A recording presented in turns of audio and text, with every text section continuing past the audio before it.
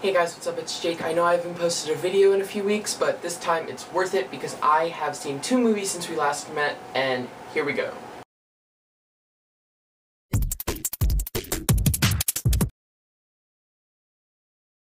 So the first movie I saw was In Time, starring Justin Timberlake and directed by Andrew Niccol.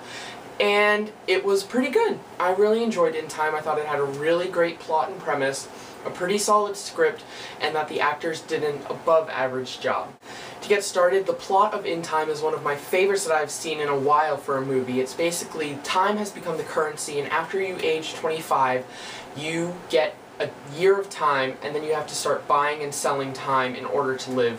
And it's very depressing because Justin Timberlake's character lives in the ghetto where he can't really afford to live, so you see people dying everywhere, and it's just really depressing and really makes you think, wow, that would suck. Amanda Seyfried and Cillian Murphy also co-star in this movie as his accomplice and his attacker, respectively, and they do a pretty good job. I love Amanda Seyfried. I think she has really good potential, and I just don't think that this movie showed it, nor did it show Justin Timberlake's. I thought they each kind of seemed to whine, and maybe action-adventure movies aren't their thing. That's just me. Cillian Murphy, you might recognize him from the Batman movies, both The Dark Knight and Batman Begins. I don't know, he did a good job. His character was really cheesy, the trench coat was ridiculous, and I just didn't like how he acted in the movie. I think he's done great in previous movies. In Inception, he was in it, and he did a great job. This was just not his thing. It's so funny, because these days you hardly find a movie with great direction, great script, great plot, and bad acting.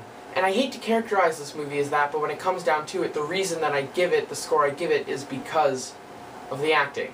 So that's something to consider. Another flaw with the movie was that it seemed to drag. I would split up this movie into 3 acts. The first 40 minutes, the second 40 minutes, and the final 40 minutes.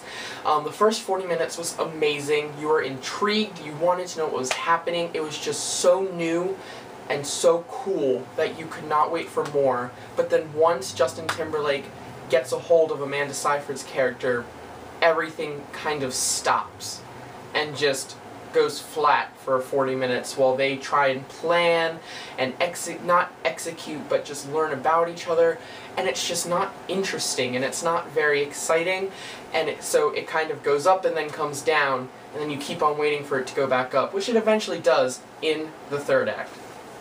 The 3rd act is definitely the most exciting, as it's the climax, and then everything goes full force, and a lot of action happens, a lot of cool story gets wrapped up and put in, and it really makes you wanting more, and I think they would definitely leave it open for In Time 2. In the end, no matter how many flaws I pick out about this movie, really won't change my mind, because I really did genuinely enjoy this movie. I thought it was very raw, very interesting. It is just a fun action flick with the coolest plot that will twist your mind, and it's probably the most interesting and intriguing plot since Inception. So if you liked Inception, you're definitely going to want to check out In Time. Alright guys, so the real deal is, this movie was awesome, very solid flick, go see it, and I will give it 8 out of 10 stars.